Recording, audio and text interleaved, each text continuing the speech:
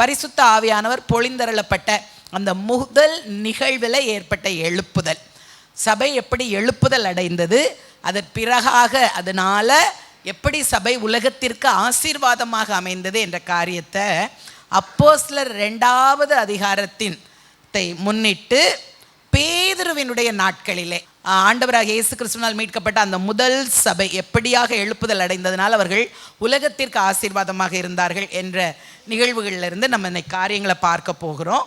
So எல்லாரும் உங்களுடைய பைபிளை அப்போஸ்தலர் 2வது அதிகாரத்திற்கு, ஓகே, எல்லாரும் அந்த மெஜாரிட்டி அதில் தான் நம்ம தியானிக்க போகிறோம். அப்போஸ்தலர் 2வது அதிகாரத்துக்கு நேராக எல்லாரும் திருப்பி கொள்ளுங்க. 10 நாள் ஏசப்பா சொல்லிடுறாருல, நீங்கள் போயிட்டு எருசலேமை விட்டு போகாமல் தரித்திருங்கன்னு. ஸோ போய் 10 நாள் இப்படி எதில் தரித்திருந்தாங்க? ஜெபத்திலும். ஆண்டவர் சொன்னார்ல, வேண்டுங்க, நீங்கள் கேளுங்க, உங்களுக்கு பிதா வாக்குத்தத்தம் பண்ணின பரிசுத்த ஆவியானவர் உங்கள் மத்தியிலே வருவார், ஊற்றப்படுவார் என்று சொன்ன உடனே அந்த வேண்டுதலிலே குறிப்பு இருந்தது அவர்களுக்குள்ள.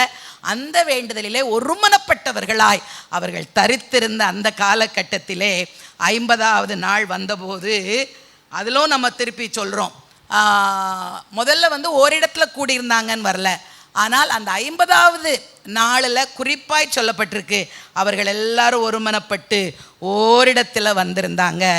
அப்பொழுது என்ன நடந்தது தான் 2, 3, 4, சரிங்களா?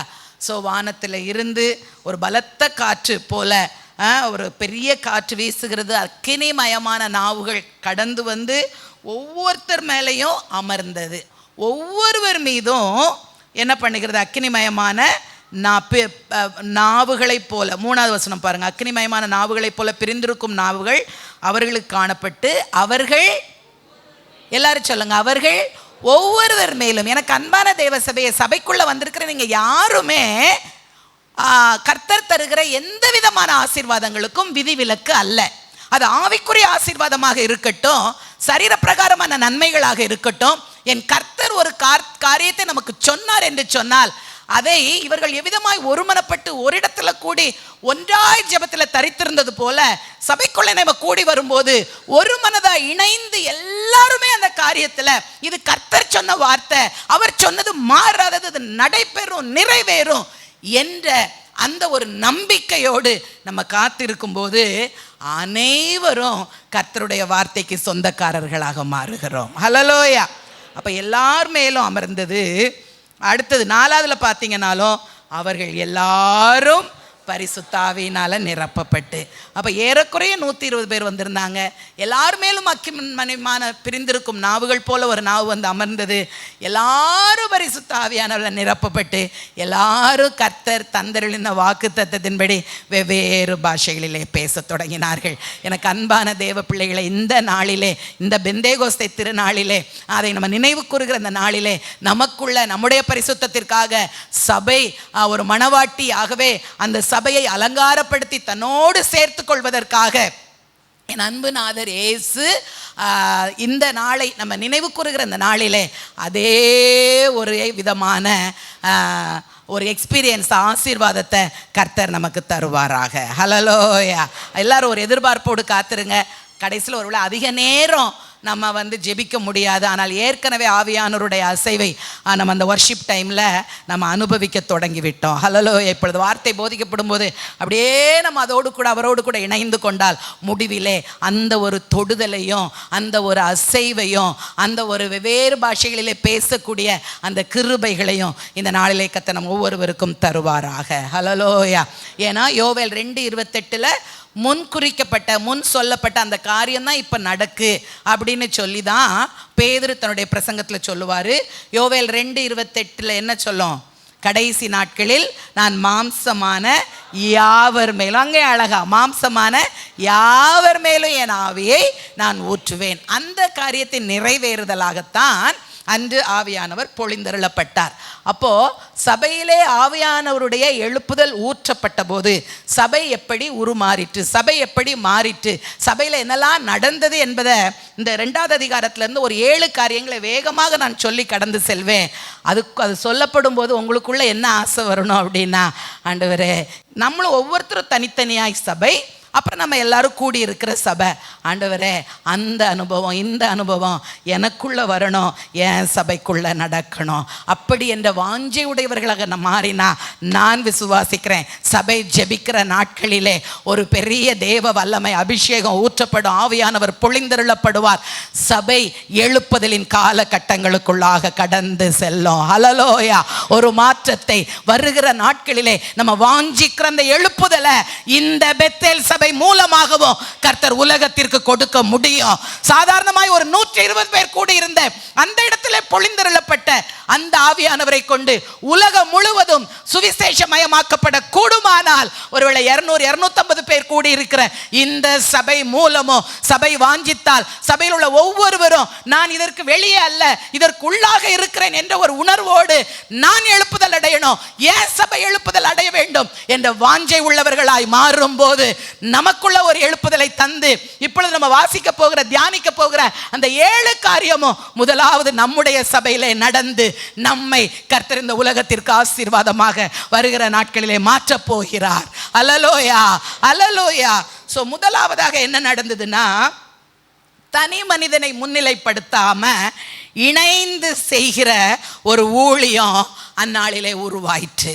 யாரோ ஒரு மனிதரை மேன்மைப்படுத்தி இந்த மனிதர் சொல்லுவார் அல்லது ஏதோ ஒன்றை செய்வார், இவர் ஜெபிப்பார், எல்லாரும் அவரை பார்க்கணும், அவரை பின்பற்றணுங்கிற ஒரு தன்மை இல்லாதபடி சபையிலே சபையாய் கூட்டப்பட்ட எல்லாரும் இணைந்து செயல்படுதல், எல்லாரும் இணைந்து கர்த்தருக்காக பிரகாசித்தல் என்ற ஒரு பெரிய கான்செப்ட் அந்த எழுப்புதலிலே அந்த சபை மூலமாக உருவாயிற்று. ஹல்லேலூயா.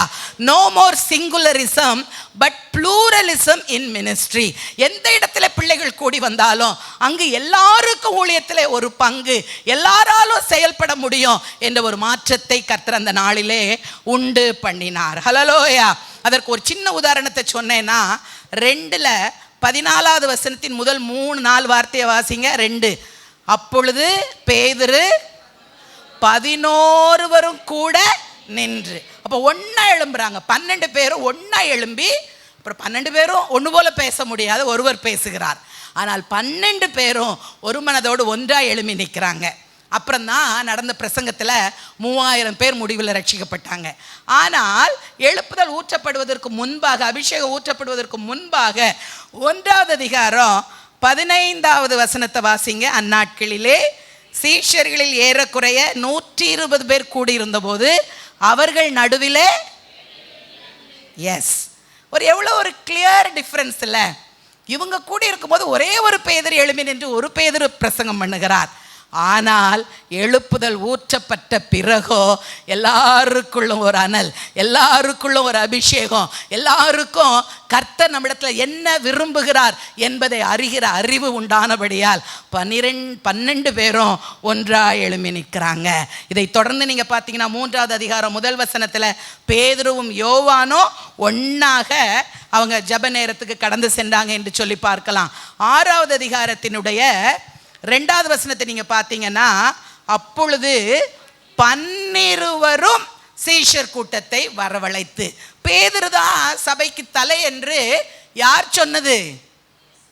நல்லா சொல்லுங்க, யார் சொன்னது? ஆண்டவராகிய இயேசு கிறிஸ்துவே தன்னுடைய வாய் மலர்ந்து சொன்ன வார்த்தை. ஆனால் பேதுரு தனிப்பட்ட விதத்தில் ஒருவேளை ஒரு உயர்த்தப்பட்டு எல்லாரும் அவரை தான் பார்க்கணும், அவரிடத்துல தான் ஏதோ வரும் என்ற நிலை புதிய ஏற்பாட்டு எழுப்புதல் அடைந்த சபையிலே மாறிற்று. ஹல்லேலூயா. 12 பேரும் சீஷர் கூட்டத்தை வரவழைத்து அங்கு ஒரு சின்ன பிரச்சனை வருகிறது. அதற்கு ஒரு தீர்வை 12 பேரும் 12 ஊழியர்களும் 12 அப்போஸ்தலர்களும் இணைந்து அந்த இடத்துல செய்தார்கள். ஹல்லேலூயா, ஹல்லேலூயா. இது அப்படியே நம்ம பார்த்தோம்னா 5வது அதிகாரத்தில் 29வது வசனத்தை பாருங்க. 5:29. அதற்கு பேதுருவும் மற்ற அப்போஸ்தலரும் மனுஷருக்கு கீழ்ப்படுகிறதை பார்க்கிறோம், தேவனுக்கு கீழ்ப்படுகிறதை. அதாவது ஒரு அப்போசிஷன் வருது, எதிர்ப்பு வர தொடங்கிறது. அது 4வதுலேருந்தே நம்ம அப்படி பார்ப்போம். அப்படி வரும்போதும் எந்த இடத்திலுமே கர்த்தரால குறிக்கப்பட்ட சொல்லப்பட்ட அந்த பேதுரு தன்னை தனியாக உயர்த்தி கொள்ள ஆவியானவர் இடம் கொடுக்கல. எல்லாருடைய உள்ளத்திலும் நான் கர்த்தருக்காக செயல்பட வேண்டும் என்ற வாஞ்சை வந்து, ஆனால் அதில் ஒரு மனதோடு அந்த தேவ சித்தத்தை அறிந்து அவருடைய வார்த்தைக்கு நேராக எல்லாரும் இணைந்து ஊழியம் செய்தார்கள். ஹல்லேலூயா, ஹல்லேலூயா. அதிலேயே அப்படியே 42 பாருங்க.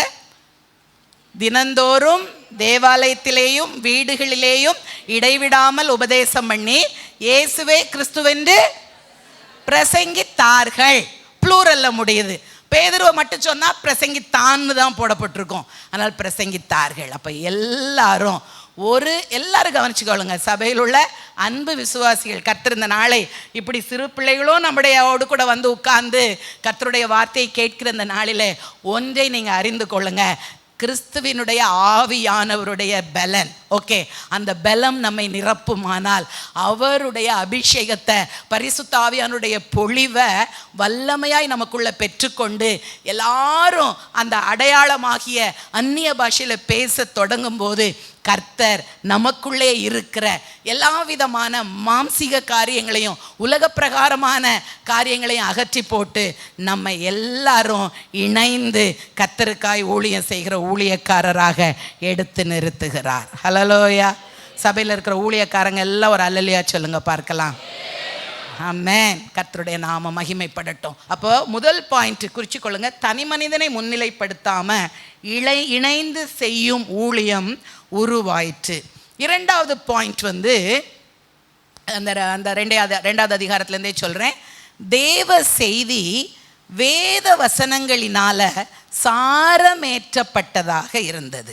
ஓகே, ஒரு எழுப்புதல் அடைகிற ஒரு தேவ சபை எப்படி காணப்படும்னா, அந்த இடத்திலே எந்த மனிதன் அல்லது எந்த மனுஷியை கொண்டு கர்த்தர் பேசினாலும், கர்த்தர் 138 சங்கீதம் 2வது வசனம் சொல்லுது, எல்லா பிரஸ்தாபத்தை பார்க்கிலும் தம்முடைய வார்த்தையை அவர் மகிமைப்படுத்தி இருக்கிறார்.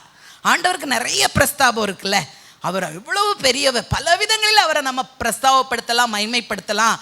ஆனால் அவர் பிரஸ்தாபப்படுகிற மகிமைப்படுகிற எல்லாவற்றிலும் உயர்ந்தது எது? அவருடைய வார்த்தை. அப்ப அந்த வார்த்தையை அதிகமாய் மகிமைப்படுத்திருக்கிறார். அப்ப யார் எந்த சூழலிலே கர்த்தர் நம்மை நிறுத்துகிறாரோ, அது ஒரு பிரசங்கமாக இருக்கலாம், ஒரு சாட்சியாக இருக்கலாம், ஒரு ஆராதனை நடத்துகிற ஊழியமாக இருக்கலாம், ஒரு சின்ன சுவிசேஷ வார்த்தையாக இருக்கலாம், 1-to-1 மினிஸ்ட்ரியாக இருக்கலாம். எப்பொழுது கர்த்தருடைய பிள்ளைகள் வாய் திறந்து தேவநாமத்தில் பேசினாலும் அந்த வார்த்தைகள் தேவனுடைய வசனங்களால் வேதத்திலிருந்து எடுக்கப்பட்ட கர்த்தர் மகிமைப்படுத்தின அந்த வார்த்தைகளால நிறைந்ததாக காணப்பட வேண்டும். ஹல்லேலூயா. ஏன்னா என் அன்பு சபையை எல்லாரும் என்ன கவனிங்க. இந்த கடைசி நாட்களிலே பலவிதமான துருபதேசங்கள், கள்ளத்தனமான காரியங்கள், தங்கள் சுய லாபத்திற்கென்று தங்களை பெருமைப்படுத்திக் கொள்வதற்காக மட்டுமே, அல்லது ஊழியம் ஒரு சிறந்த பிசினஸ் என்பது போல ஒரு வருமானத்தை ஈட்டத்தக்கதாக, ஊழியத்தின் மூலம் தங்கள் ஆஸ்தியை பெருக்கிக் கொள்ளத்தக்கதாக பல திறப்பட்ட உபதேசங்கள் பல இடங்களிலே தாராளமாய் தண்ணீரை போல பரவி கொண்டிருக்கிறது. கவனம், சபை கவனம். இதனால தான் நம்ம அடிக்கடி சொல்லுகிறோம், சபை கூடி வருகிறதுல நீங்க நான் மற்ற எந்த சபையும் குறித்து சொல்ல வரல, எந்த ஊழியரை குறித்து சொல்ல வரல. கர்த்தர் நம்ம இந்த இடத்துல ஒரு குடும்பமாக அவருடைய வருகைக்கு ஆயத்தப்படுகிற சபையாய் நம்ம இந்த ஸ்தானத்துல நிறுத்தி இருக்கிறபடினால் அந்த உரிமையோடு அந்த பொறுப்போடு நான் சொல்லுகிறேன், சபைக்கு கடந்து வாருங்க, சபை தருகிற உபதேசத்தை பெற்றுக்கொள்ளுங்கள், சபை சார்ந்த ஊழியங்களிலே கலந்து கொள்ளுங்கள், சபை சார்ந்து நீங்களும் ஊழியம் செய்வதற்கு பழகி கொள்ளுங்க. ஹல்லேலூயா. ஏன்னா எதையுமே நம்முடைய சபையில கர்த்தருடைய கிருபையின்படி அப்படியே ஜஸ்ட் லைக் தட் செய்து விடுவதில்லை. ஒரு பிரேயர் செல்லாக இருக்கட்டும், ஒரு சண்டே ஸ்கூல் ஊழியமாக இருக்கட்டும், ஜெபத்தோடு அவர்களுக்கு தேவையான ஒரு சில வார்த்தைகள் கூறி அவர்களை ஒரு ட்ரைனிங் கொடுத்து அப்படியாகத்தான் நம்ம அவர்களை நிறுத்துகிறபடியினால நாம் நம்முடைய சபையில இருந்து செய்கிற காரியங்கள் எல்லாம் ஒரு அளவு, முடிந்த அளவு அவருடைய கிருபையினால வேதவசனத்தின் அடிப்படையில வேதவசனத்தினால சாரமேற்றப்பட்ட வார்த்தைகளாகவே நம்ம கொடுக்க முயற்சி எடுக்கிறோம். ஆவியானவர் இதுவரை உதவி செய்து கொண்டிருக்கிறார். ஹல்லேலூயா. இப்போ யூடியூப்ல போய் அந்த ஆள் அப்படி பேசுறார், இந்த ஆள் அப்படி பேசுறார், இது இப்படி இருக்கு என்று பலவற்றையும் கேட்க தொடங்கினீங்கன்னா அதாவது too much of anything is good for nothing என்பது போல பல தவறான கருத்துக்கள், பல தவறான காரியங்கள் உங்கள் சிந்தைக்குள்ளே புகுத்தப்பட்டு அப்புறம் சத்தியத்தை நீங்கள் அறிந்து கொள்ளாதபடி, சத்தியத்தில் நீங்கள் தெளிவாய் நிற்க முடியாதபடி உங்களை தடுமாற பண்ணும். பலர் தங்கள் சொந்த வார்த்தையில் எடுத்து, அதுவும் ரொம்ப ஈஸியாக ஜனங்கள் உள்றது இல்லை, என்ன தெரியுமா? தீர்க்க தரிசனம் உனக்கு அது கிடைக்கும், இது புதிய ஏற்பாட்டு வேத புத்தகங்களில் ஒரு புத்தகத்தில் ஏதேனும் தீர்க்க தரிசனம் உனக்கு அது கிடைக்கும், இது கிடைக்கும், இப்படி போவா அப்படி போவேன்னு எழுதப்பட்டிருந்தா என்கிட்ட கொண்டு வந்து இங்கே காட்டுங்க. தீர்க்க தரிசன வார்த்தை வந்தது, தரிசனம் வந்தது, ஆனால் எல்லாம் ஊழியத்தில் நிறுத்துவதற்காக கர்த்தர் பேசிய வார்த்தைகள். நீ வீடு கட்டுவ, நீ ஒரு சில நேரங்களிலே நம்ம பாரத்தோடு ஜெபிக்கும் போது கர்த்தர் நமக்கு தருவார், நமக்கு தருவார். அப்படிப்பட்ட வார்த்தைகளை மட்டுமே எடுத்துக்கொள்ளுங்க. புரியா? சும்மா அதுக்காக நான் தீர்க்க தரிசனம் எல்லாம் பொய்ன்னு சொல்ல வரல. ஆனால் 99 கலப்படங்களும் பல தாறுமாறுகளும் ஏராளமாய் மலிந்து கிடக்கிற இந்த காலகட்டத்தில் என் அன்பு சபையே, உனக்கென்று கர்த்தர் நல்ல ஒரு தோட்டத்தை தந்திருக்கிறார். இந்த பாதுகாப்பான தோட்டத்திற்குள்ள உங்களை வழிநடத்துவதற்கென்று கர்த்தர் தந்திருக்கிற மேய்ப்பர்களால, தலைவர்களால சரியான விதத்தில் நம்ம நடத்தப்படுவதற்கு உங்களை அர்ப்பணிங்க. ஹல்லேலூயா, ஹல்லேலூயா. இங்கே போய் ஒன்று தலையை காட்டினா நல்லா தான் இருக்கும். அன்னைக்கு ஒரு சில பொருளுதவிகளை அதை இதை செஞ்சு கூட என்ன பண்ணுறாங்க, கவர் பண்ண முயற்சி எடுக்கிறாங்க. ஆனால் அவர்கள் உங்களை பரலோகத்திற்கு கொண்டு போய் சேர்க்க முடியுமா என்பது கேள்வி. அதில் தான் அழகாக 3 வசனங்களை வேகமாக வாசிங்க. ஒருத்தர் 1 தீமோத்தேயு 1:3 வாசிங்க, இன்னொருத்தர் 2 தீமோத்தேயு 4:4, இன்னொருத்தர் தீத்து 1:13. கொஞ்சம் வேகமாக. இவர்கள் இளம் ஊழியர்கள், தீமோத்தேயுமோ தீத்துவும். அவர்களுக்கு பவுல் மூத்த ஊழியனாக அழகாக ஆலோசனை சொல்லுகிறார். 1 தீமோத்தேயு 1:3, வேற்றுமையான உபதேசங்களை போதியாதபடிக்கு தெய்வீக பக்தி விருத்திக்கு ஏதுவான உனக்கு புத்தி சொல்கிறேன். அதாவது வம்ச வரலாறு, கட்டுக்கதை. சில நேரம்லாம் ஒரு வசனம் கூட, ஏதோ ஒரு இன்ட்ரொடக்ஷனில் ஒரு வசனம் சொல்லிட்டு என்னத்தையாவது சொல்லி ஜனங்களை சிரிக்க சிரிக்க சிரிக்க வச்சு முடிஞ்சு போகும்போது ரொம்ப சிரிச்சா நம்மளை என்ன சொல்லும் உலகம், கோமாளி ஏமாளின்னு சொல்வது போல அனுப்புகிற பலர் ஊழியக்காரர் என்ற பெயரில் காணப்படுறாங்க. ரொம்ப இன்ட்ரெஸ்டிங்காக இருக்கும். ரொம்ப அப்படியே நம்மளை அப்படியே லைட்டாக கொண்டு போவாங்க. லைட்டாக நீ கொண்டு போனால் பரலோகத்துக்கு போய் சேர முடியாது. லைட்டானது இங்கேயும் எங்கேயும் ஆடும். ஒரு இறக பறக்க விடுங்க, ஆடும். அப்புறம் கடைசியில் அது பொத்துன்னு கீழே வந்து விழுந்து விடும். ஒருவேளை நம்முடைய பலிபீடத்திலிருந்து அநேக வேளைகளிலே எச்சரிப்பின் வார்த்தை வருகிறது. நீங்கள் சும்மா இருக்காதீங்க, கர்த்தருக்காக செயல்படுங்கள் என்ற வார்த்தை வருகிறது. அது நலம் என்று எடுத்துக்கொள்ளுங்க. நான் என்னையோ ஊழியரையோ சொல்கிறதுக்காக சொல்லலை, ஓகேயா? நாங்கள் செய்கிறது சரி அப்படின்னு உங்களை பயப்படுத்துறதுக்காக சொல்லலை, வேதத்தின் படி நான் சொல்லுகிறேன். ஓகே, நயவஞ்சகமான வார்த்தைகள், கட்டுக்கதைகள், வம்ச வரலாறுகள். இன்னொன்று வாசிங்க, 2 தீமோத்தேயு 4:4, இன்னொருத்தர் தீத்து 1:13 எடுத்து வச்சுக்கோங்க. சத்தியத்துக்கு செவியை விலக்கி மீண்டுமாக கட்டுக்கதைகளுக்கு சாய்ந்து போகும் காலம் வரும் பாருங்க. அப்போ யூதருடைய கட்டுக்கதைகள் கர்த்தரை விட்டு விலகுகிற வார்த்தைகளுக்கு செவி கொடாமல். அப்போ இதில் நம்ம ரொம்ப ரொம்ப ரொம்ப கவனமாக இருக்கணும். நம்ம கேட்கிற எந்த ஒரு வார்த்தை, எந்த ஒரு பிரசங்கம், எந்த ஒரு விதமான ஆராதனை, இவைகள் எல்லாம் கர்த்தருடைய வார்த்தையின்படி இருக்கிறதா, கர்த்தருடைய வார்த்தையினால நிரப்பப்பட்டு இருக்கிறதா? சரியா? இதனால தான் நான் எப்பவுமே சொல்லுவேன், ஆட்டம் பாட்டம் கொண்டாட்டம் ஒருவேளை நமக்கு ஒரு எக்ஸைட்மெண்ட்டை தரும், ஆனால் அது அத்தோடு முடிஞ்சிடும். அது எந்த அளவும் நம்மை பக்தி விருத்தி அடைய செய்யாது. சரிங்களா? ஸோ நம்ம கவனமுள்ளவர்களாக காணப்படுவோம். எதற்கு இதை நான் கொஞ்சம் ஆழமாக எச்சரிக்கிறேன் அப்படின்னு சொன்னால், இப்போ யூடியூப்பில் நம்ம விரும்பினாலும் விரும்பலைனாலும் நிறைய செய்திகள் இருக்குது.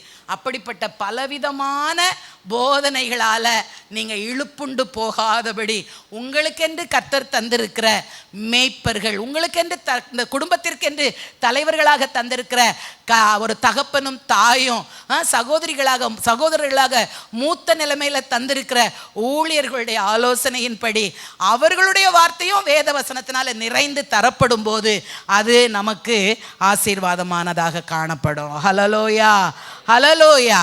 அப்போ இந்த காரியத்தில் நம்ம கவனமாக காணப்படுவோம். நான் எந்த தேவ செய்தியும் வேத வசனத்தின் அடிப்படையில் இருக்கா, வேத வசனங்களால் நிரம்பினதாக காணப்படுகிறதா என்பதை நம்ம கவனமாக இருக்கணும். மூன்றாவதாக, இவ்விதமான தேவ வசனம் போதிக்கப்பட்ட போது ஜனங்கள் பாவ உணர்வு அடைந்து அந்த தேவ வார்த்தைக்கு தங்களை முற்றிலுமாக அர்ப்பணித்தார்கள். ரெண்டாவது அதிகாரத்துக்கு வந்துருங்க. அப்போஸ்தலர் 2:37 வசனத்தை வாசிங்க. 37. இதை அவர்கள் கேட்ட பொழுது இருதயத்திலே குத்தப்பட்டவர்களாகி பேதுருவை மற்ற அப்போஸ்தலரையும் பார்த்து, சகோதரரே, நாங்கள் என்ன செய்ய வேண்டும்? ஸோ கேட்குறாங்க. அவர்களுடைய இருதயம், உண்மைதானே, இவர் சொன்ன அத்தனை காரியத்தின்படி தானே நம்முடைய வாழ்க்கை இருக்குது, கர்த்தருடைய வார்த்தையிலிருந்து தானே. ஏன்னா நீங்கள் அதுக்கு முன்னால் பார்த்தீங்கன்னா கம்ப்ளீட்டாக கர்த்தருடைய வார்த்தையினால் நிரம்பப்பட்ட வசனங்களை தான் பேதுரு 11 எழும்பி நின்று பேசுவார். அப்போ எல்லாமே கர்த்தருடைய வார்த்தை தானே. அவர் தான் நமக்கு சொல்லியிருந்தார். அவர் தான் தீர்க்கதரிசிகள் மூலமாக சொன்னாரே. தாவீது இப்படி சொன்னாரே, மோசே இப்படி சொன்னாரே. அந்த பழையாகவும் நம்முடைய கையில் இருக்க. அப்போ அதிலிருந்து வழி விலகி போனவர்கள், அந்த பிதாவாகிய தேவன் அனுப்பின இயேசுவை ஏற்றுக்கொள்ளாத நாங்கள் தான் தப்பு பண்ணிட்டோம் என்று அவர்களுடைய உள்ளம் என்ன பண்ணுகிறது? குத்தப்படுகிறது. The spirit of conviction. Okay, கர்த்தருடைய வசனம் நமக்கு நேராய் வரும்போது, இது எனக்கான வசனம், இதில் ஏதேனும் ஒரு வார்த்தை அல்லது பல வார்த்தைகள், ஓகே, இது எனக்கானது என்று எடுத்துக்கொள்ளக்கூடிய உள்ளம் முதல்ல வேணும். நான் ஒரு மெத்த நீதிமான், என்னை போல ஆவிக்குரியதில் உயர்ந்தது வேற யாரும் இல்லை, எனக்கெல்லாம் இது தேவையில்லை, ஏதோ ஒரு பிரசங்க நேரம்னு வார்த்தை வருது என்று அல்ல. இல்லை, பிரசங்கத்தை மட்டும் நான் சொல்ல மாட்டேன், ஆராதனை வேளையிலும் ஓகே நாம் தொடப்படுவதற்கு அந்த வசனங்கள் ஏதுவானதாக இருக்கும். அப்போ ஒரு திறந்த உள்ளத்தோடு கர்த்தர் என்னோடு கூட பேசுகிறார் என்ற எண்ணத்தில் நம்ம இருதயத்தில் விருத்த சேதனம் உள்ளவர்களாய் அமர்ந்திருந்தால் அந்த வார்த்தை கடந்து வந்து ஒருத்தருக்கு அதில் உள்ள 9 பாயிண்ட்டுமே என்னை மாற்றுவதற்கு கர்த்தர் பேசினார் என்று சொல்லி ஒரு எண்ணத்தை கொண்டு வரலாம். ஒரு சிலருக்கு அதில் பல நிலைகளில் ஓரளவு மாற்றப்பட்டு ஒருவேளை கிறிஸ்துவ ஜீவியத்தில் முன்னேறி சென்று கொண்டிருக்கிறவங்க ஒரு 2 பாயிண்ட்டு, இது எனக்கானது, இதில் நான் குறைவாக இருக்கிறேன், இந்த கர்த்தர் விரும்புகிற இந்த குணாதிசயம் என்னிடத்துல காணப்படலை, இந்த ஆவிக்குரிய தன்மை என்னிடத்துல காணப்படலை என்று உணர்த்தப்படலாம். ஒரு சிலருக்கு ஒன்று கூட உணர்த்தப்படலாம். ஆனாலும் நான் உணர்த்தப்பட்டு மனம் திரும்ப வேண்டிய நிலைமையில் இருக்கிறேன் அப்படிங்கிற அந்த ஒரு ஹம்பிள் ஸ்பிரிட்டோடு, ஹம்பிள் ஸ்பிரிட்னா ரொம்ப தாழ்மையின் எண்ணத்தோடு நாம் அமர்ந்திருக்கும் போது கர்த்தருடைய வசனம் நம்மளை முதலாவது இருதயத்தில் குத்தும். அப்படி குத்தப்பட்ட உடனே அதை அப்படியே பண்ணி விட்டுட்டு எழும்பி போயிடக்கூடாது. கர்த்தர் சொல்லுகிறார், இந்த இடத்துல சொல்லப்பட்டிருக்கு. உடனே அவங்க கேட்குறாங்க, சகோதரரே, நாங்கள் என்ன செய்யணும்? நாங்கள் பண்ணது தப்புன்னு தெரிஞ்சிருச்சு, இப்போ நாங்கள் என்ன செய்ய வேண்டும்? இதுதான் முதலாவது உணர்த்தப்படுதல் அல்லது குத்தப்படுதல். அடுத்ததாக அந்த உணர்த்தப்படுகிறதற்கு பதிலாக அர்ப்பணிப்பு என்ன செய்யும்போது என்ன செய்யணும்னு அவர் சொன்ன உடனே அந்த வார்த்தைக்கு கீழ்ப்படிதல். சரிங்களா? ஸோ நம்ம எழுப்புதல் அடைகிறோம். எழுப்புதல் என்று சொல்லும்போது முதலாவது அது எனக்கு. எல்லாரும் எழுப்புதல் அடைஞ்சிட்டோம்னா நம்முடைய சபை என்ன ஆகிறது? எழுப்புதல் அடைந்து விட்டது என்று அர்த்தம். அப்போ ஒரு பாவ உணர்வே எழுப்புதலின் முதல் அடையாளம். பாவ உணர்வுனா ஒன்றும் பெரிய விபச்சாரம், வேசித்தனம், அடுத்தவனை கொலை செய்கிறது, திருடுறது அப்படிலாம் இல்லை. அந்தந்த காலகட்டத்திலே அந்தந்த நாளிலே ஆவியானவர் ஊழியர்களை கொண்டு ஏதேனும் ஒரு காரியத்தை கண்டிப்பாக உணர்த்துவார். ஏன்னா நான் தைரியமாக சொல்லுவேன், நம்முடைய சபையிலே வந்து நிற்கிற கர்த்தருடைய வார்த்தை பிரசங்கிக்கிற யாரும் சும்மா எதையோ ஒன்று எடுத்துக்கிட்டு வருகிறவர்கள் அல்ல. நல்ல தகுதியாய் தங்களை ஆயத்தம் பண்ணி வருகிறவர்கள், ஆவியானுடைய குரலை கேட்டு அந்த சத்தத்தை தொனிக்க பண்ணுகிறவர்களைத்தான் கர்த்தர் இந்த ஸ்தலத்தில் நிறுத்துகிறபடியினால், அது தேவ சத்தமாக இருக்கிறபடியினால், உள்ளிந்திரியங்களை அறிந்திருக்கிறவர், யாருக்கு என்ன தேவை என்பதை அறிந்து கர்த்தர் சரியான வார்த்தையை அந்த மனுஷனோடு அந்த மனுஷியோடு பேசுவார். அப்படி வருகிற வார்த்தை எனக்கானது என்று நான் புரிந்து எடுத்துக்கொண்டு இதற்கு நான் என்ன செய்யணும் என்று சொல்லி கர்த்தருடைய சமூகத்தில் அர்ப்பணித்தல் எழுப்புதலின் ஒரு அடையாளம். இப்போ நம்முடைய சபையில் சொல்ல முடியுமா நம்ம எழுப்புதல் பெற்ற சபை அல்லது இந்த எழுப்புதல் எனக்குள்ளே இருக்குது. என்னைக்கு கர்த்தருடைய வார்த்தை வந்தாலும் அதில் ஏதோ ஒரு வார்த்தையோ பல வார்த்தைகளோ என்னை தொடுகிறது முதல்ல. இரண்டாவது, தொட்டு என்னுடைய குறைவை உணர்த்தும் போது நான் அதிலிருந்து வெளிவருவதற்கு, அதிலிருந்து மாற்றப்படுவதற்கு என்னை அர்ப்பணிக்கிறேன். ஹல்லேலூயா. இதுவும் நம்முடைய வாழ்க்கையில் மிக மிக மிக தேவையான ஒரு காரியம். இந்த நிலைக்குள்ள சபை வந்துச்சுன்னா, பாவ உணர்வடையும் போது ஜெப நேரத்தில் நம்ம அறியாமல் என்ன வரும்? கண்ணீர் வரும், அர்ப்பணிப்பு வரும். அப்புறம் நம்முடைய வாழ்க்கையில் அதற்கு பிற்பாடு அந்த பாவம் தொடராது. ஏன்னா அர்ப்பணிக்கிறோம் பாருங்க. நல்லா நம்ம தலையாட்டி வசனத்தை கேட்டுக்கொள்ளலாம்.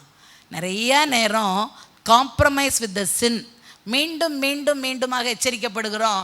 நல்லா தலையத்திலே ஆட்டி கேட்டுட்டு நம்ம என்ன பண்ணுகிறோம்? அப்படியே ஒரு மந்த இருதயம் அல்லது ஒரு கடின இருதயமாய் உள்ளத்தை மாற்றி அடுத்த வாரமோ அல்லது அடுத்த நாளே எந்தவித மாற்றம் இல்லாமல் பழைய நிலைமையிலே நம்ம வாழுகிறோம்.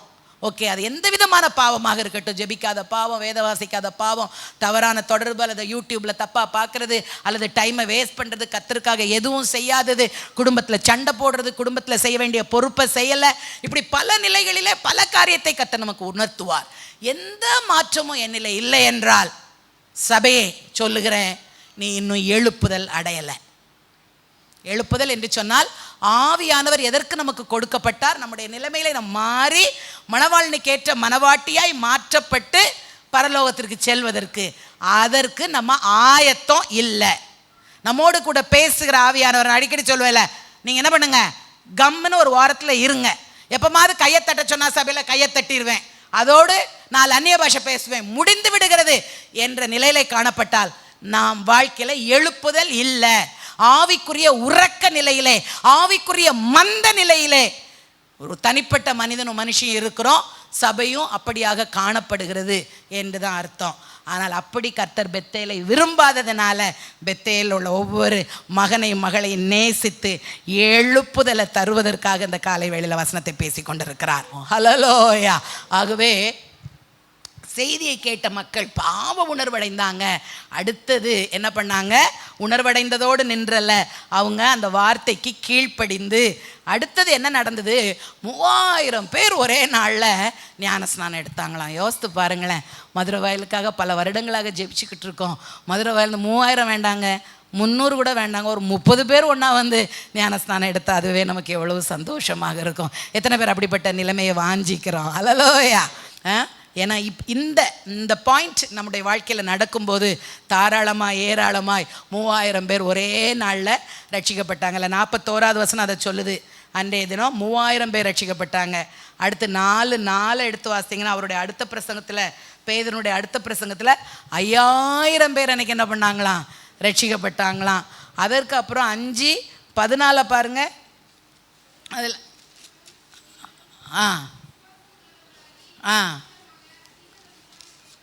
ஏன் அப்புறம் எண்ண முடியல. 3-5 வரைக்கும் ஓரளவு எண்ண முடிஞ்சிச்சு. அப்புறம் பார்த்தா எண்ணிக்கை கடங்காத திரள் கூட்டம் வருகிறது. எல்லாரும் ரட்சிக்கப்பட்டு ஆண்டவராகிய இயேசு கிறிஸ்து தான் ரட்சகர் என்று ஏற்றுக்கொண்டு சபையிலே சேர்க்கப்பட்டாங்க. ஸோ எழுப்புதல் அடைந்த சபையில் திரளான ஆத்துமாக்கள் என்னத்துக்கு வருவாங்க? அடுத்தது ஞான ஸ்நானத்திற்கு வருவாங்க. சபையில் கூட ஒரு வேளை வந்திருக்கிற ஒரு சிலர் இன்னும் ஞானஸ்நானத்துக்கு அர்ப்பணிக்கலைன்னா உங்களோடு கூட ஆவியானவர் பேசுகிறார்.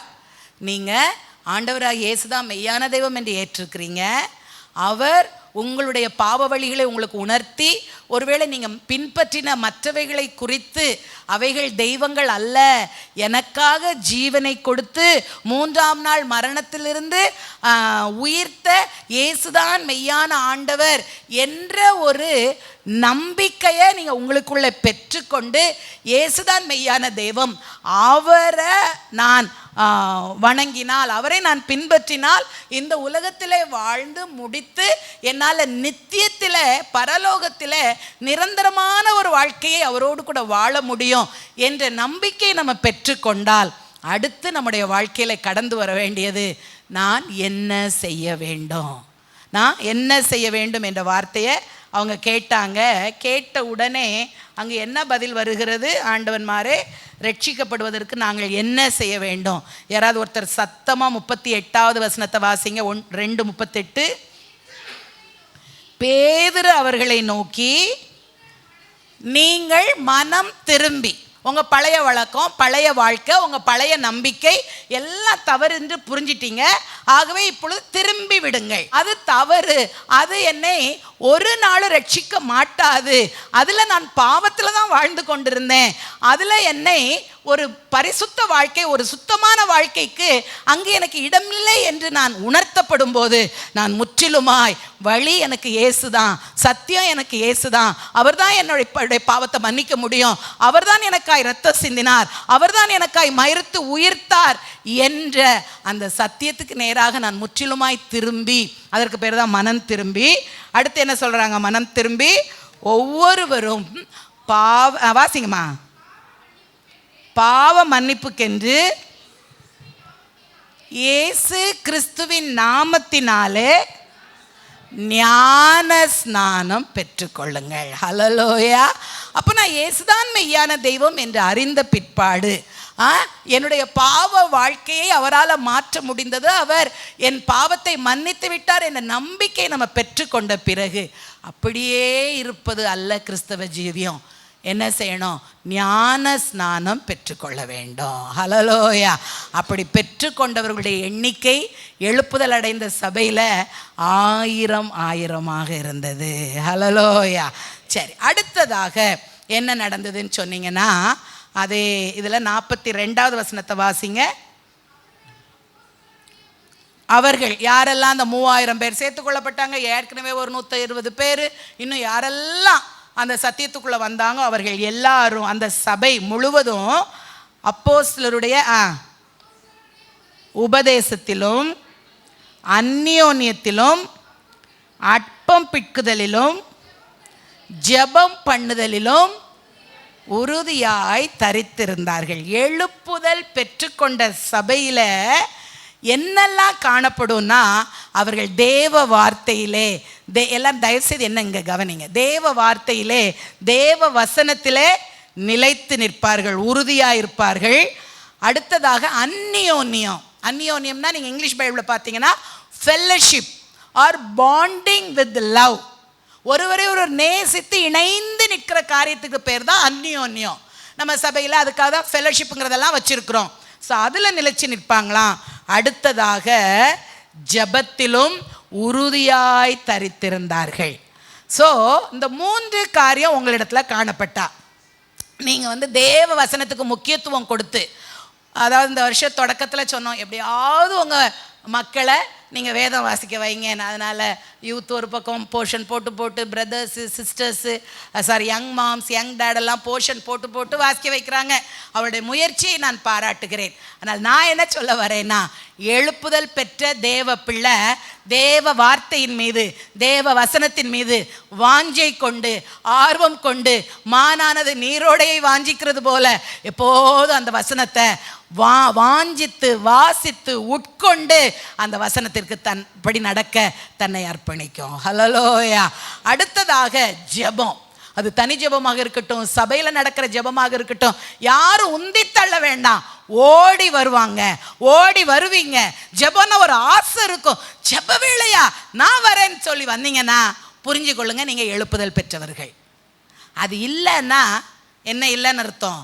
எனக்குள்ள ஒரு உயிர்ப்பிக்கப்பட்டிருக்கிற எழுப்புதல் அனுபவம் இல்லைன்னு அர்த்தம். ஆனால் கர்த்தர் இன்னைக்கு நம்மகிட்ட இதை பேசுகிறாருன்னா நம்ம எழுப்புதல் உள்ளவர்களாக மாற்ற. ஆமென். 3வதாக அந்நியோன்யம்.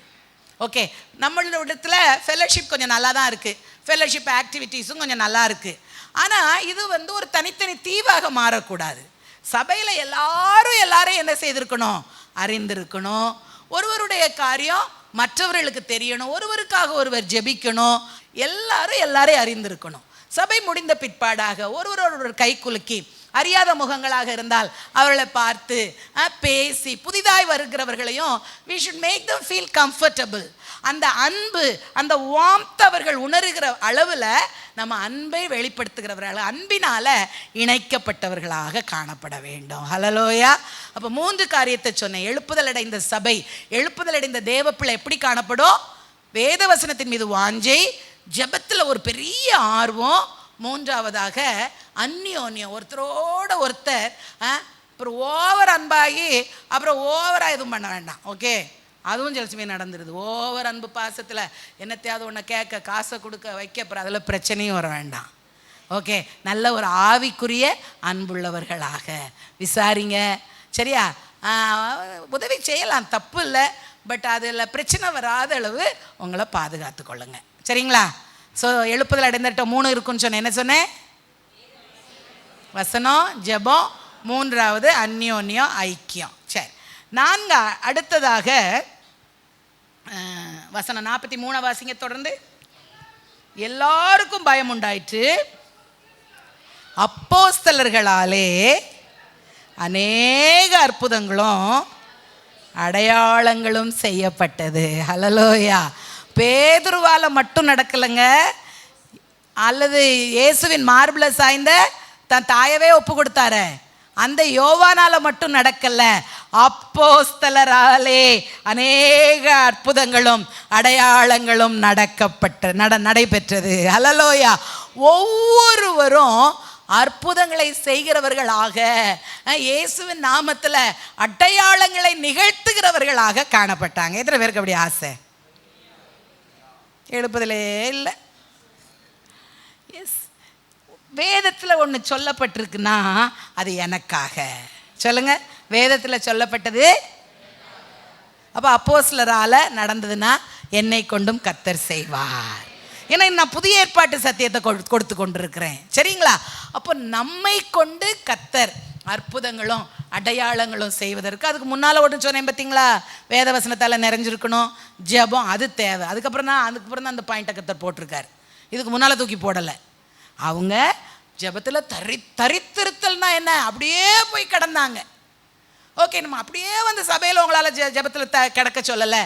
உங்கள் வீடுகளில் நேரம், அந்த வாஞ்ச நேரம் கிடைக்கும் போதெல்லாம் ஜெபம், நேரம் கிடைக்கிறதுலாம் வேத தியானம், வேதத்தை வாசிக்கணும். சும்மா நான் போய்கிட்டு இருக்கேன், சும்மா நான் போன தடவை சொன்னேன் இல்லை, திறக்கும்போலாம் வாட்ஸ்அப்பில் யாராவது செய்தி அனுப்புகிறாங்களான்னு இந்த பிச்சைக்காரன்த்தையோ ஏங்கிக்கிட்டு பார்க்குற மாதிரி பார்த்துக்கிட்டே கிடக்கும்ல. அப்படி இல்லாதபடி அதே மொபைல் ஃபோனில் ஒருவேளை ட்ராவலில் பண்ணும்போது நீங்கள் மொபைல் ஃபோனை வாசிங்க, சபைக்குள்ளே கிடையாது. ஓகே, அந்த நேரங்களுக்கு அவங்க வாஞ்சை வசனத்தின் மீது காணப்படுகிறதா? ஹல்லேலூயா. அல்லது ஏற்கனவே நீங்கள் ஞாபகப்படுத்தி மனதுக்குள்ளே பைஹார்ட் பண்ணி வச்சுருக்கிற வசனங்களை மீண்டும் மீண்டுமாக, அல்லது அந்த காலை வேளையின் தியானத்தை மீண்டும் அசை போடுகிறவர்களாக காணப்படுகிறீர்களா? அப்படிப்பட்ட அனுபவங்கள் நமக்குள்ளே காணப்பட்டால் என்ன நடக்கும்? நம் மூலமாக அடையாளங்கள் அற்புதங்கள் நடக்கும். 5:12 எடுத்து பாருங்க. அந்த இடத்துலையும் அதே வார்த்தை சொல்லப்பட்டிருக்கு. வேகமாக 5:12. அப்போஸ்தலருடைய கையினாலே அநேக அடையாளங்களும் அற்புதங்களும், பாருங்க இந்த இடத்துல அப்போஸ்தலர்களுடைய கைகளினாலே.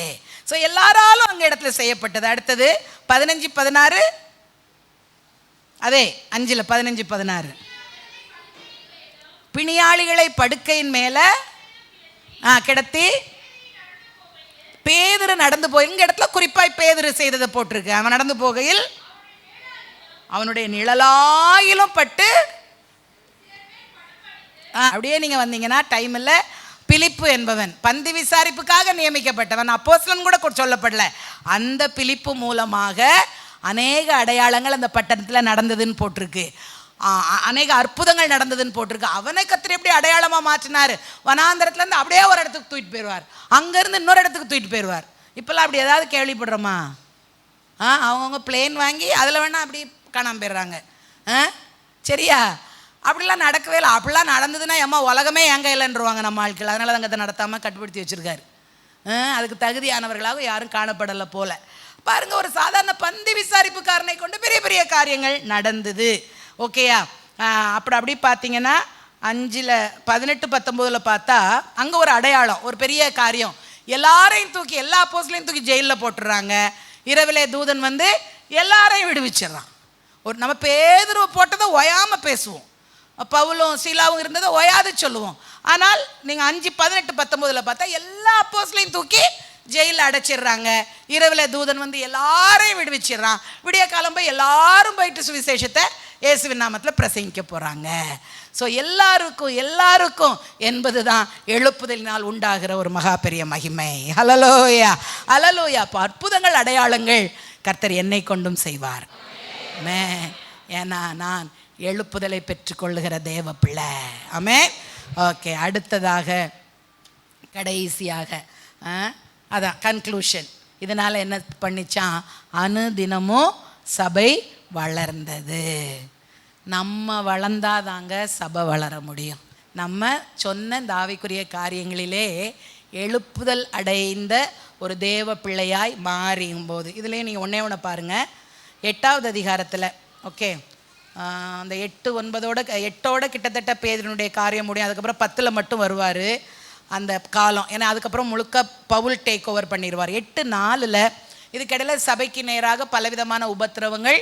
ஒன்றை மட்டும் புரிஞ்சுக்கோங்க, புதிய ஏற்பாட்டு சபையில் எல்லாரும் எழுப்புதல் அடைந்தார்கள், எல்லாரும் ஊழியம் செய்தாங்க. எல்லாருக்கும் இருந்த திரளான ஆஸ்தியை கொண்டு போய் அப்போஸ்தலர் பாதத்தில் வச்சுட்டு அவங்க பாட்டுக்கு என்ன பண்ணாங்களாம்? ஊழியம் செஞ்சாங்க. இதுதான் புதிய ஏற்பாட்டு சத்தியம். நல்லா இருக்கா? நல்லா இல்லை. ஏசப்பாட்ட வந்தால் உனக்கு என்ன கிடைக்கும்? ஒரு வீடு இருந்தால் 2 வீடு கிடைக்கும். சுகமாய் உன்னை தங்க பண்ணுவார். உன் கண்ணீர் எல்லாத்தையும் அவர் பல கர்ச்சீஃபை போட்டு தொடச்சி எடுத்துருவார். நீ வாளாகாமல் தலையாவாய், நீ ஆசீர்வாதமாகவே இருப்பாய். இது சந்தோஷமாக இருக்குல்ல? ஆனால் இதெல்லாம் பழைய ஏற்பாட்டில் சொல்லப்பட்டிருக்கு, நடக்கும், நிச்சயமாய் தரும். ஏன்னா அவர் சகல விதமான ஆசீர்வாதங்களாலும் நம்மை ஆசீர்வதிக்க வல்லவர், சம்பூரணமாய் ஆசீர்வதிக்க வல்லவர் புதிய ஏற்பாட்டு சொல்லுது. ஸோ இவைகள் நடக்கும். ஆனால் கவனிங்க, எழுப்புதல் அடைந்த தேவ பிள்ளையினுடைய நாட்டம் இது மேலே இருக்காது. அவங்களுக்கு சபையை துன்பப்படுத்தினாங்க. அந்த 8 நான் வாசிக்கிறேன், 3-4 வாசிக்கிறேன் பாருங்கள். சவுல் இதுக்குள்ளே வந்துடுறாரு. வீடுகள் தோறும் நுழைந்து புருஷரையும் ஸ்திரீகளையும் இழுத்து கொண்டு போய் காவலில் போடு சபையை பாழாக்கி கொண்டிருந்தான். ஆனால் 4வது வசனம் தான் அதில் முக்கியம். சிதறி போனவர்கள் எங்கும் திரிந்து சுவிசேஷ வசனத்தை பிரசங்கித்தார்கள். ஹல்லேலூயா. எழுப்புதல் பெற்று கொண்டவர்களால ஒருவேளை வாழ்க்கையில் உபத்திரவம் வேதனை வந்து சிதறப்பட்டாலும் அவர்கள் போகிற இடத்துலையும் சுவிசேஷ வசனத்தை பிரசங்கிப்பார்கள். ஹல்லேலூயா. கர்த்தர் நல்லவர் என்று சொல்லுவார்கள். இயேசு ஒருவர் தான் வாழ்க்கைக்கு வழி என்று சொல்வார்கள். இயேசு ஒருவரே நமக்காக மரித்து உயிர்த்தார் என்று சொல்லுவார்கள். இயேசுவினாலே அன்றி ரட்சிப்பு இல்லை என்று சொல்லுவார்கள். இந்த உலகத்திற்கும் பரலோகத்திற்கும் ஒரே வழி இயேசு என்பதை பிரசங்கிப்பார்கள். ஹல்லேலூயா, ஹல்லேலூயா. சிதறி போனவர்கள் என்று சொல்லும்போது அல்லது உபத்திரவப்படுகிறவர்கள் என்று சொல்லும்போது ஒருவேளை கர்த்தர் நம்மள்கிட்ட இருந்து எல்லாத்தையும் எடுத்து நம்மளை ஒரு ஒரு ஒரு ஒரு ஒரு ஒரு என்னன்னு ஒரு எல்லாத்துலேயும் தாழ்வின் அடையாளமாக, தரித்திரத்தின் அடையாளமாக நிறுத்தி நம்மளை போய் ஊழியம் செய்யணும் அவர் சொல்லவே மாட்டார். யார்கிட்ட இருந்ததையாவது பிடுங்கிக்கிட்டு கர்த்தர் வெளியே விட்டுருக்கிறாரா? யாராவது சாட்சி சொல்ல முடியுமா? இப்போ நான் தான் 10 வருஷமாக ஊழியம் செய்கிறேன்.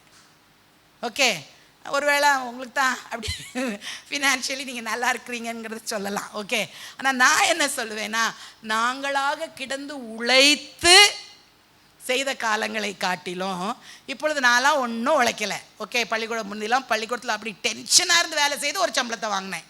ஓகே, இப்போ அப்படியே இல்லாமல் நான் கர்த்தருக்காக ஊழியம் செய்யும்போது இன்னும் மனரம்யமாய் என்னுடைய உள்ளத்திலும் கர்த்தர் ஒரு பெரிய சந்தோஷத்தை தந்திருக்கிறார். என்னை எந்தவித குறைவும் இல்லாமல் நல்லாவே தான் வச்சிருக்கிறார். ஓகே, ஹல்லேலூயா. ஸோ ஊழியம் செய்ய கர்த்தருக்காக ஒன்றை உதறி தள்ளிவிட்டு கடந்து செல்லுகிறவர்களை கர்த்தர் குறைவோடு வைப்பதே இல்லை. எல்லா விதமான நிறைவையும் தந்து ஆசீர்வதிக்கிறவர். ஆனால் நம்முடைய எண்ணம் அதன் மேலேயே இருந்துக்கிட்டு இருந்தா, நீ அதையே கட்டிக்கிட்டு மாறடி நம்ம விட்டுட்டு அவர் பாட்டு வேறு வேலையை பார்க்க போயிடுவார்னு நினைக்கிறேன். சரிங்களா? ஸோ எனக்கு அன்பான தெய்வ பிள்ளைகளே, ஊழியம் செய்ய தான் புதிய ஏற்பாட்டு சபை அழைக்கப்பட்டிருக்கு, அல்லது சுவிசேஷ ஊழியத்திற்காகத்தான் புதிய ஏற்பாட்டு சபை அழைக்கப்பட்டிருக்கு. சரியா? ஸோ ஒரு தனி மனிதனோ ஒரு சபையோ எழுப்புதல் அடைந்தால் ஒரு சில காரியங்களை சொன்னேன். மீண்டும் அதோட பார்ப்போமா? முதல்ல என்ன சொன்னேன்? எழுப்புதல் அடைந்த தேவ சபையில் ஒரு மனிதனை உயர்த்திக்கிற காரியம் இருக்காது, எல்லாரை கொண்டும் கர்த்தர் பெரிய காரியங்களை செய்வார். இணைந்து செய்கிற அந்த ப்ளூரலிசம் இருக்கும். அடுத்தது, எழுப்புதல் அடைந்த சபையிலே வருகிற வார்த்தைகள் கர்த்தருடைய வார்த்தைகள். தேவ செய்தியாக இருக்கட்டும், அது வர்ஷிப்பாக இருக்கட்டும், கர்த்தருடைய வார்த்தையினால நிரம்பப்பட்டதாக காணப்படும். அடுத்தது, அப்படிப்பட்ட சபையில ஜனங்கள் தேவ செய்தியை கேட்கும்போது குத்தப்படுவார்கள். அடுத்து என்ன செய்யணும்னு அர்ப்பணிப்புக்கு தங்களை ஒப்பு கொடுப்பார்கள். அப்படி சபையில் காரியங்கள் நடக்கும்போது அதிகமாக ஜனங்கள் மனம் திரும்பி கர்த்தரிடத்தில் சேர்க்கப்பட்டு ஞான ஸ்நானம் பெற்றுக்கொள்வார்கள். அப்படியான பெயர் எல்லாரும் ஜெபத்தில், வேத வாசிப்பில், வேத தியானத்தில், ஒருவரோடு ஒருவர் உள்ள அன்பு அந்யோன்யத்தில் அவர்கள் திடமாய் தரித்திருப்பார்கள். அவர்களை கொண்டு கர்த்தர் அற்புதங்களினாலும் அடையாளங்களினாலும் முன்னால நிற்கிறவங்கள வச்சல்ல, அப்படிப்பட்ட எல்லாரையும் கொண்டு, அப்போஸ்தலர் அனைவரையும் கொண்டு, அல்லது அங்க பந்தி விசாரிப்பு ஊழியம் செய்த ஒரு பிலிப்புவையும் கொண்டு கர்த்தர் பல நிலைகளிலே அற்புதங்களையும் அடையாளங்களையும் ஜனங்கள் மத்தியிலே செய்து தன்னை ஜீவன் உள்ளவராக நிரூபிப்பார். இறுதியாக இப்படிப்பட்ட காரியங்கள் எல்லாம் நடக்கிற அந்த எழுப்புதல் அடைகிற சபை ஒரு வளருகிற சபையாய் மாறும். அப்படியே இருக்கிற இடங்கள் எல்லாரும் எழும்பி நின்று கண்களை மூடி